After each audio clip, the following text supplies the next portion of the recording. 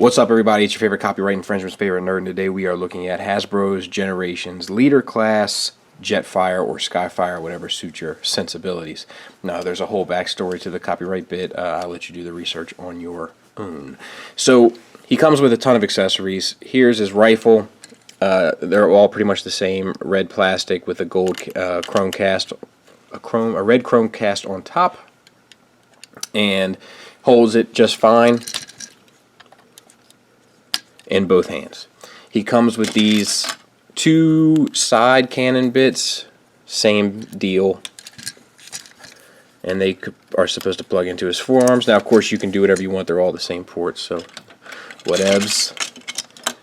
And then these two leg bits here on the calves.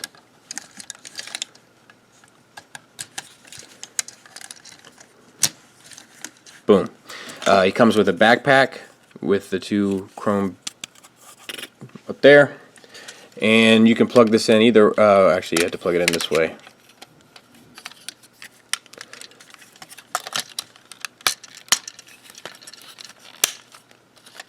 My shoulder, it stays in all right, but it will pop out. It will pop out if tampered with too much. But there you go. You got that. He comes with one more accessory, which is this face bit to give him the G1 toy look, or sometimes comic book look. And that just plugs right in on top if you like that. I personally do not. I hated it on the G1 toy, which I had as a kid. I've since lost, and I don't much care for it now. But you have that option, and that was very thoughtful of them. And then you had this little launcher bit, which can go in here. And then let's see if we can't fire it out. Boom. So, no big deal.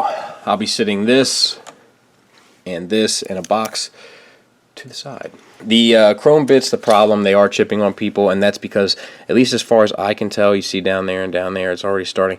Because it seems like they chromed the sprue. Instead of taking the bits off the sprue and then chroming them, it seems like they chromed them on the sprue and then cut them. At least that's the impression that I'm getting. I could very well be wrong. So I'm going to take his accessories off, and then we'll look at the figure top to bottom. Head is on a swivel at the bottom at the neck, and then a hinge at the top, getting you perfect articulation, with the exception of being able to tilt his head like a confused dog, which I am A-okay with. We got hollow in there, which is a problem. Let's just talk about that. We got hollow in there, we got hollow in there, and in there, hollow in there. This is hollow, but it's kind of for transformation, so that's forgivable, etc., etc. And we even got hollow in there. They just put these black plastic bits on top to disguise it. That I'm more okay with because that aesthetically looks better. But the reason why they do that is to save money, right? So people have been saying that it's light as a result. It is light. But we're going to talk about weight a little bit later on. It's not as light as people think. But it is misleading light if you're used to a premium type toy. Given this size, it is misleading. So, shoulders are on universal joints. They swivel here on a ratchet, and then they hinge here. So it's actually not technically a universal joint. This is its own hinge, this is its own swivel, but it acts the same. Bicep swivel. Ratchet at elbow, no wrist swivel, which is dumb, ridiculous, and they should have done it. This is a $40 toy we're talking about that. You know what I mean? Come on. No waist swivel either, which is debatable. Hollow up in there too. Same on the other side. Ratcheted universals for the hips, both front and back. No complaints there. Swivel at the thigh. Very anatomically correct swivel, so I dig that. Soft ratcheted knees, and then hinges for the feet. It's on a double hinge actually, so that's okay, gets you a good tilt, but no rocker. That drives me nuts. I don't know why they wouldn't have done that. I don't know why they wouldn't have put a swivel there and a rocker there. It would have been, you know, even with the waist swivel, it would have been pretty top-notch articulation-wise. Kibble, he does have a fair amount of kibble, and that's one of the issues with this guy. There is pretty much the jet is on his back, and then when you transform him, the robot is on the jet's stomach. But it's in person, like in pictures, I found it pretty offensive and intrusive, but in person, it doesn't really bother me. I don't really care for this look, but you know, I knew what I was getting when I bought it, so that's kind of my fault. And the hollowness, at least it's done all on the inside stuff, so I mean, it's cheap. You know, it's a cheap way out, but it's not the worst thing in the world. Okay, so let's get him transformed. First thing you want to do is untab these shoulder bits, and with this guy, you just kind of got to start getting everything out of the way. Rotate the thighs inward, rock the feet back. They're on double hinges.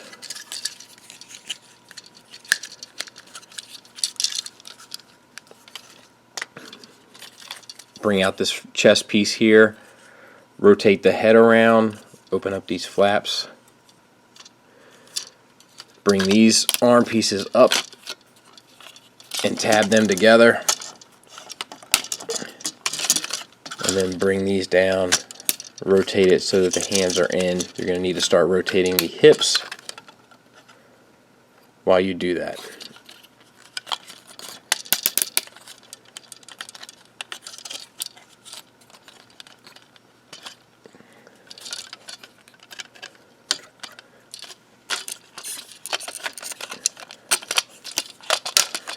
And then this is the one part that can be kind of a pain.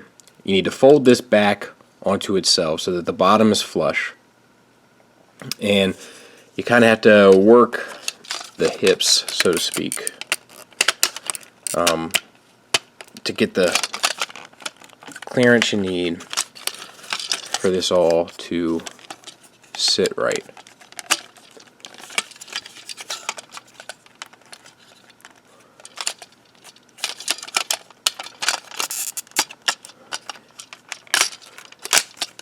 There it is. And then close that up there on the bottom, nice and flush. Clean this up to make it look as pretty as possible. Bring down the nose cone. Bring down the tail bits. And then plug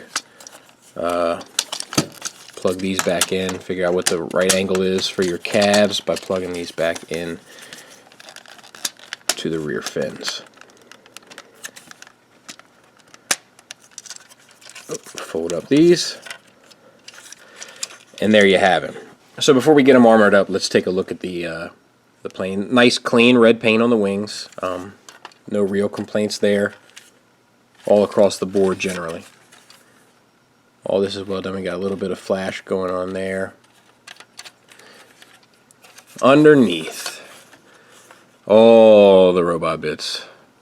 This just doesn't clean up nicely. Now, if this sat like this, that would be okay with me. It's that this is also in there. You know, this between the two wing sections is just, it's not perfect either way. It's close. It's nice. It's just not quite what I want. And to be honest, the jet. This isn't the jet that I want. I want that jet. You know. But whatever. And then it has landing gear that comes down, and then these are always out so that it can sit like that. Nice translucent blue plastic for the cockpit there, and it looks like that it opens. Yes, so that's pretty cool. And then these wings go in and out. Those are tabbed in, and then these, well, you know, not that you would want to, but they do.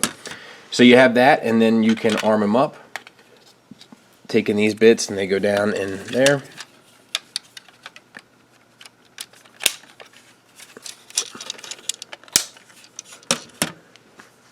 And then for the rest, you kind of got some options.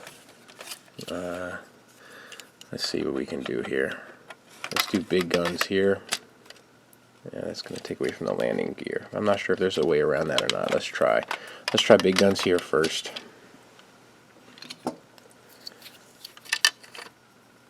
And little guns on the wings.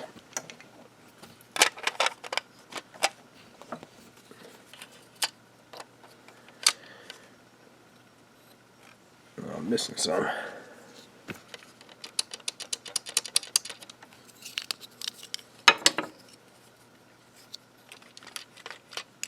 stupid.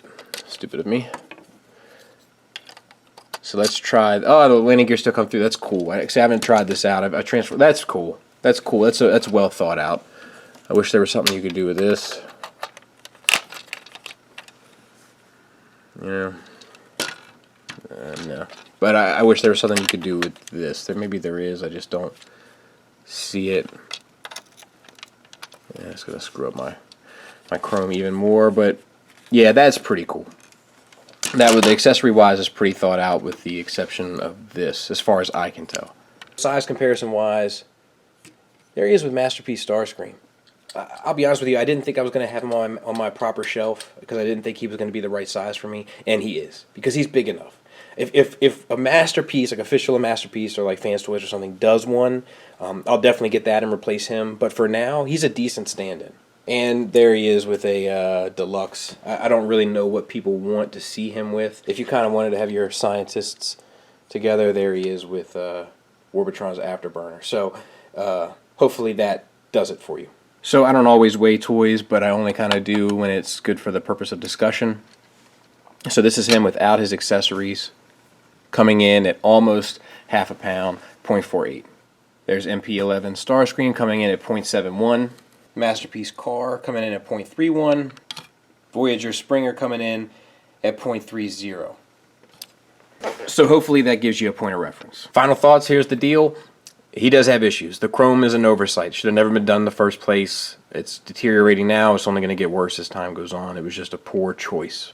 I have no idea why they didn't put a wrist swivel on this thing, other than being cheap and lazy. And an ankle rocker would have been nice as well. A waist swivel would have put it over the top. But we all know that Hasbro's not going to put it over the top. They just like to settle. They like to make ends meet, which is fine. It's fine when it comes to a toy that kind of hits the mark as close as this does.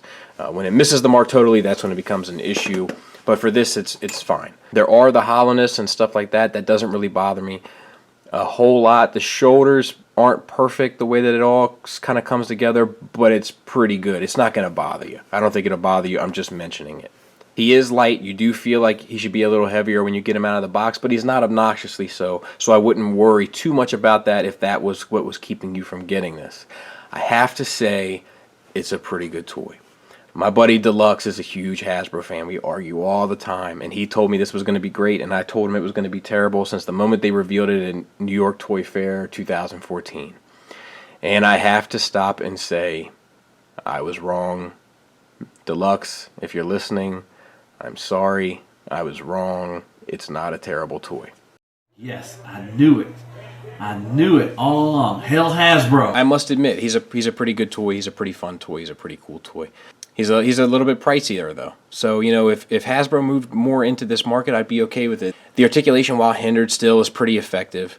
The overall aesthetic is good. The sculpt is good. The mold is good. It's a little kibblelicious too, but it doesn't take away from the character when you have them on a shelf. It's a decent stand-in, and if you're looking for a stand-in, I gotta say I highly recommend it. If you're looking for the finish, the fit and finish for your final, you know, MP type shelf, no, he's not the one. But he's not terrible either. Transformation is pretty fun. There's actually some interesting things going on with it, which is new to me for most Hasbro stuff. It's either painfully boring, but gets the job done, or the equivalent of dumping a pile of jumbo blocks on the ground. But this guy is actually pretty good, I must say. It's pretty fun. Pretty good toy. Thanks for listening. Thanks for watching. Till next time, take care.